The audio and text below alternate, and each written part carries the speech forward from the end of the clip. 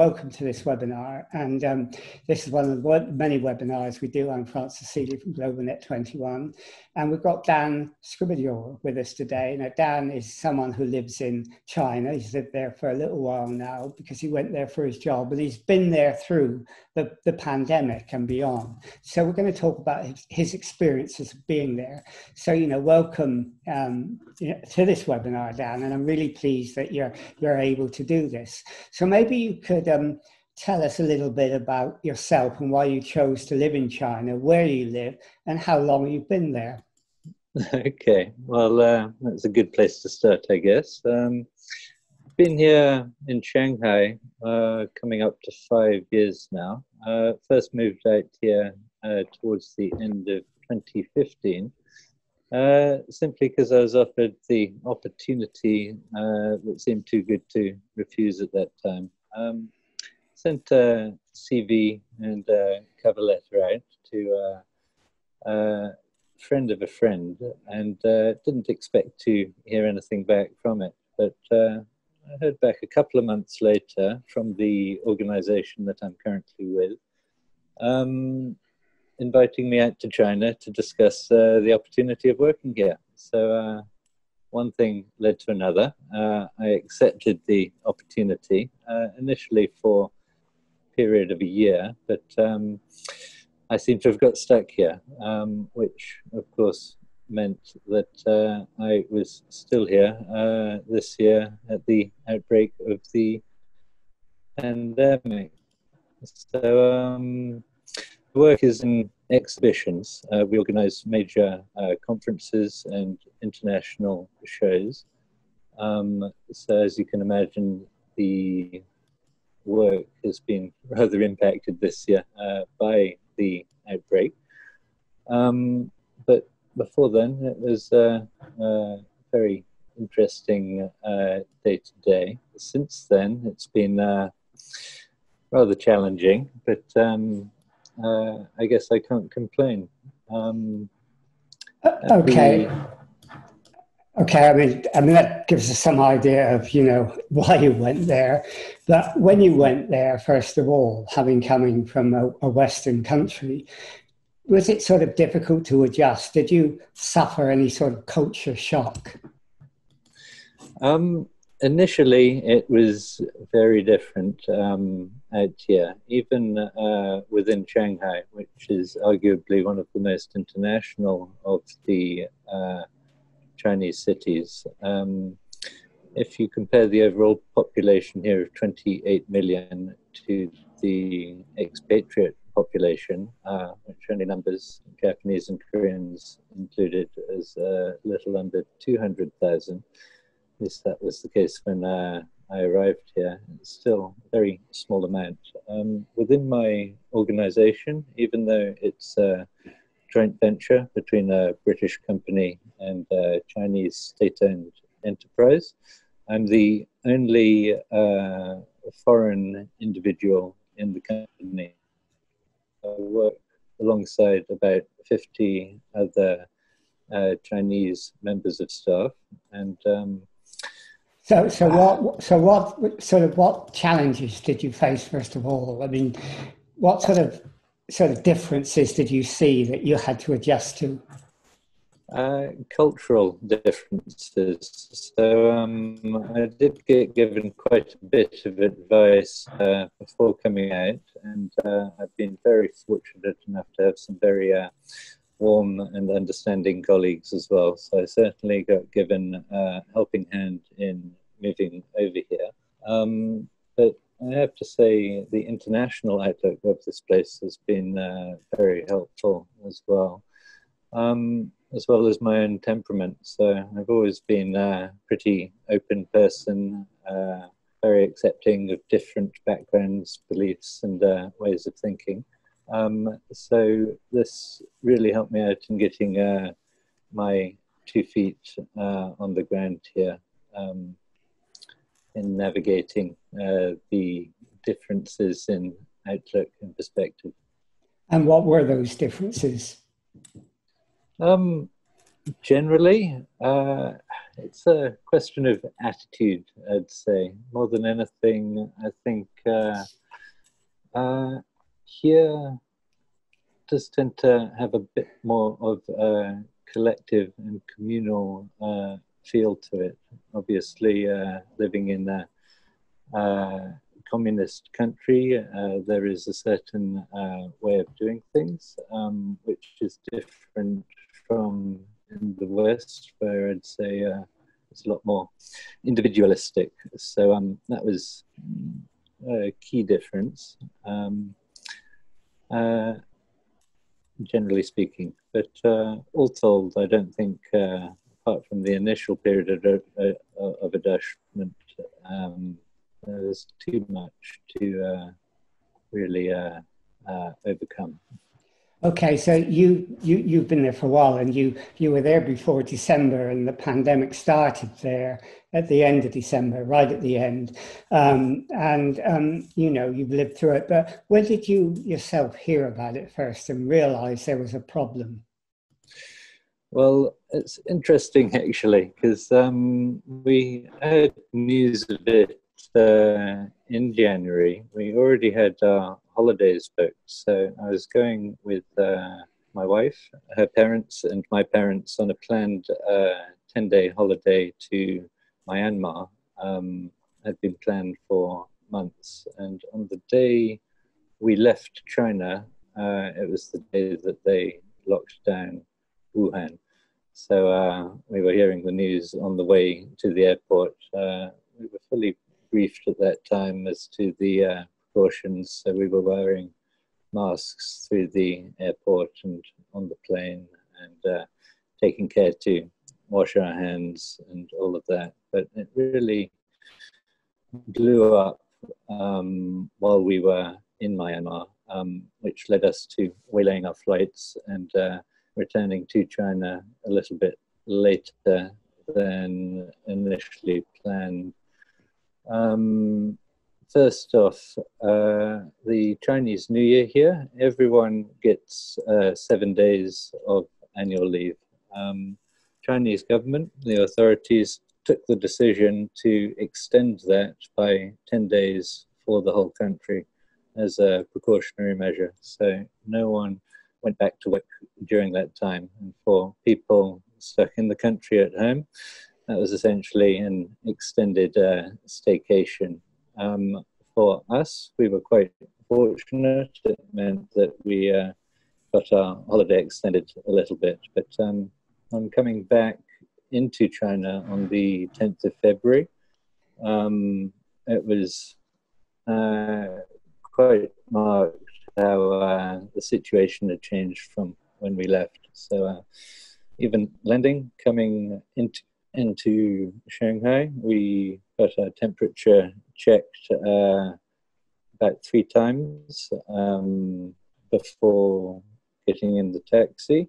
We had to fill out a load of forms, had to download a special app, basically giving health checks. So we had to say that we hadn't been in touch with anyone from Wuhan knowingly in the last 2 weeks, that we hadn't experienced temperature or any illness, and things like that.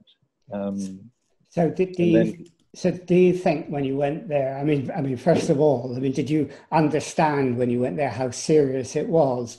And when you got there, did you think the Chinese were quite prepared, and with track and trace and so on, they had got a fairly sophisticated system? Definitely. Once the cat was out of the bag, so to speak, the authorities here acted very decisively in containing the outbreak and implementing precautionary measures to ensure that the spread was minimized.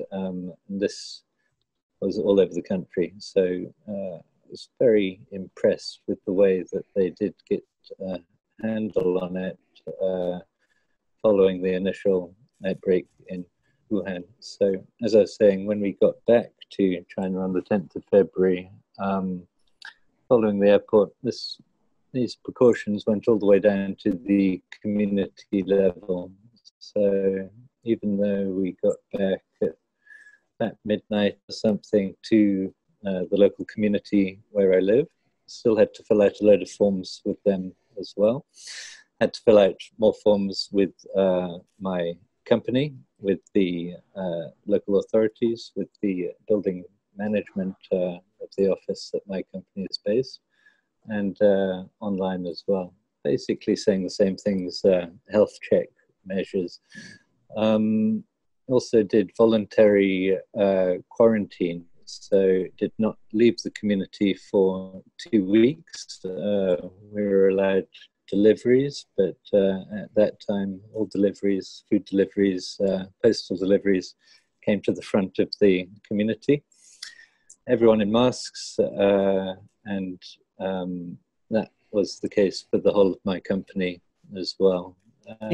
Measures varied depending on where you lived. So I know some expats had a lot more of a challenging situation than me. They were confined to their apartments for the quarantine period and weren't allowed to go out into the community. But for me, in the West, and particularly in the UK, people, certainly the government, didn't take it seriously at the beginning. They thought it was some sort of flu, and they've admitted that. And China clearly didn't. But what did happen in the UK was, once it happened, there were a lot of people who were at home alone, elderly people, and a huge voluntary sort of army began to emerge that would go out and deliver food. Did that happen in China? How were those people who were isolated, how did they get their food? Was it done through local authorities, through the state, or did they have a voluntary response as they did, say, in the UK? Things do work differently here. So there was a lot more of a community response. The way society is organized here, there's a measure of responsibility that goes all the way down to the community level. The equivalent in London would be, I don't know, neighborhood watches or something like that. But there's a lot more of an active presence here. So just speaking from my perspective, communities really came together and helped those in more vulnerable situations. So in terms of food supplies and stuff like that, there's a difference here in that food deliveries are a lot more ubiquitous, I think, than in the UK at this point. Everything is very easy in terms of the delivery mechanisms. So So those community inputs, you said it's a bit like Neighbourhood Watch, except in this country, Neighbourhood Watch is voluntary. It's not right across the country. But I guess in the Chinese system, they set it up everywhere so that they could link into that and make it respond incredibly fast. Whereas in our case, there was a gap between the problem and a solution. That's correct. So in terms of that level of organization, it was extremely responsive, and that level of responsibility was delegated down to the community level, which is why different communities sometimes had more or less strict preventative measures in place for those coming from outside of the country or from affected areas. Also, because of the level of technological development here and connectivity, it was very easy to get the track and trace set up without too much additional effort. So very quickly, after all the registration processes, everyone here has health QR codes on their phone, and I need my health QR code to enter the bank. When things were still at a high risk level, needed them to enter shopping malls or other public buildings. And equally strict measures were put in place to check temperatures and stuff like that. So even now, entering my office block, I get my temperature taken on the way in. So the track and trace system pretty well started in China straight away, did it? I mean, there was no gap. They had the infrastructure there, whereas here it took a long time, and people are still saying we haven't got it right.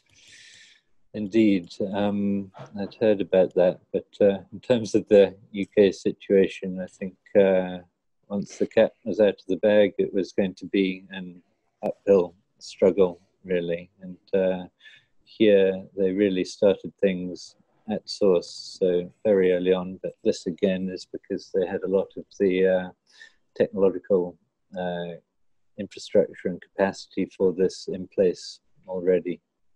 Is part of the reason for that China is way ahead of us and most other people in terms of digital technology? And did that help at all? It certainly did. In terms of the development that I've experienced, even over the last 5 years, it's just remarkable the pace of change that I've witnessed here. And people are a lot more open to this new technology, really. So for me, just got a couple of apps, WeChat and Alipay. With those two apps, I can pay for everything from my morning coffee to my utility bills to a meal in a restaurant or any delivery, really. And it's that level of connectivity that made it a lot more responsive in this crisis situation as well, because logistically it made a lot more possible, from food deliveries to organizing. Do you think that's something to do with the different political systems that exist in the West and in China, or is it to do with a cultural difference that Chinese people are more interested in the long term and they plan more in detail in a more sophisticated way? I think it's a mixture of both. When it comes down to it, I think a key factor here is trust in the systems and in government, or in the technological advances in general. I think in the West, the take-up of things like mobile payments or linking your bank accounts to your phone has been slower. So the pace of change there has been slower. I think a certain amount of that is down to financial regulation as well. Here, rather differently, the financial regulation hasn't been as heavy, which has allowed companies like Tencent, owner of WeChat, and Alibaba, who own the Alipay app, have been able to take advantage of that and put in place payment infrastructure that has made all of this possible. That, along with China being the manufacturing base of the world, means that technology here is incredibly cheap as well. You can pick up standard basic smartphone for the equivalent of about £50 or less. So that really makes it affordable for pretty much everyone. That's quite amazing. The other thing that we noticed when the outbreak took place in China was when you saw them on the television, everyone was wearing a mask right from the beginning. Whereas in this country, it's taken quite a while to get people to wear masks, and there are even some people now who won't do it for libertarian reasons, and they make up all sort of health reasons maybe to justify it. Did you notice that difference, and do you understand why there is that difference? In my view, it comes down to trust again. And again, what I was mentioning before in terms of the cultural difference, collective mentality versus the more individualistic mentality in the West. So when the authorities here advised everyone to wear masks and gave good justification for it in the form of the epidemic at that time, there was no hesitation in terms of masks here before. I have to admit, I wore a mask on occasion on my morning commute, more for the pollution here than the disease prevention angle. But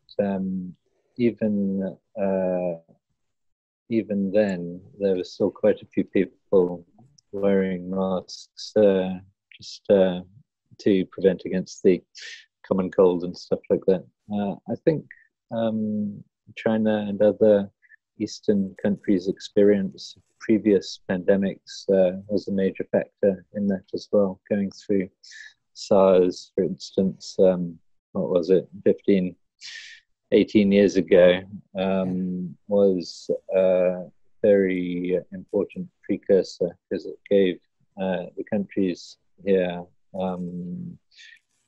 good experience in dealing with this and understanding how serious it could be.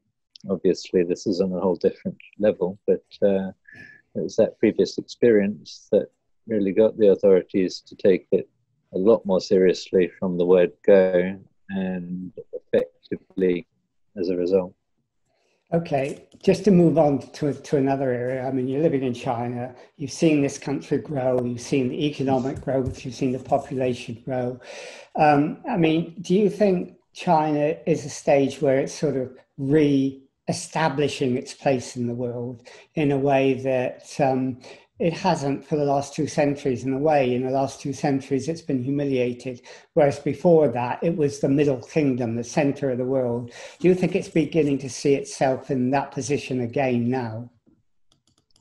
Definitely. I think there's an awful lot of pride in the renewed and growing status of China in the world. There's no question it's on the ascent, and in terms of the development that China has experienced over the past 30 years or so, they've accomplished some pretty impressive feats. They've brought close to 900 million people out of poverty during that time. They have seen an average of 6 to 10% growth consistently up until very recently. The development of infrastructure here is just staggering. I've taken every opportunity to travel within China, and it never has ceased to impress me, really, in terms of the high-speed rail, in terms of the infrastructure everywhere. It's just on a different scale, really. In the time that the UK has been arguing over the development of the high-speed rail 2, China has built roughly 5,000 kilometers of high-speed rail track throughout the country. And by 2030, they're going to link every single major population center, over 250,000 people, to this network. So it's really quite staggering, the accomplishment and sense of accomplishment that that's brought as a result here in China. It's also, isn't it, a leader in alternative energy, in solar power and wind power, particularly solar power. It's been going ahead at a huge pace. That is correct. The authorities here have taken climate change and the challenge of the environment incredibly seriously, and have invested significantly as a result there, not just in solar power and wind power, where I believe they're world leaders, but also in hydroelectric, tidal, and all sorts of alternative energy solutions. Equally, the electric car market here has just really taken off over the last 5 years or so. So, whereas in the West, people can just name Tesla, and that's about it. Here, there are many electric car companies, and the electric car charging network has extended almost nationally at this point. So in Shanghai, you've got electric car charging stations pretty much in every parking lot. The government subsidizes the installation of electric car charging stations at your home. They subsidize the registration of vehicles, and they also have subsidies for the electric car companies themselves. In terms of public transport, I think China has more electric buses than anywhere else in the world, and that is quite an achievement. It's always a little bit of an unknown to me why this sort of technology hasn't been pursued more in Europe and the West, because it's very viable at this point.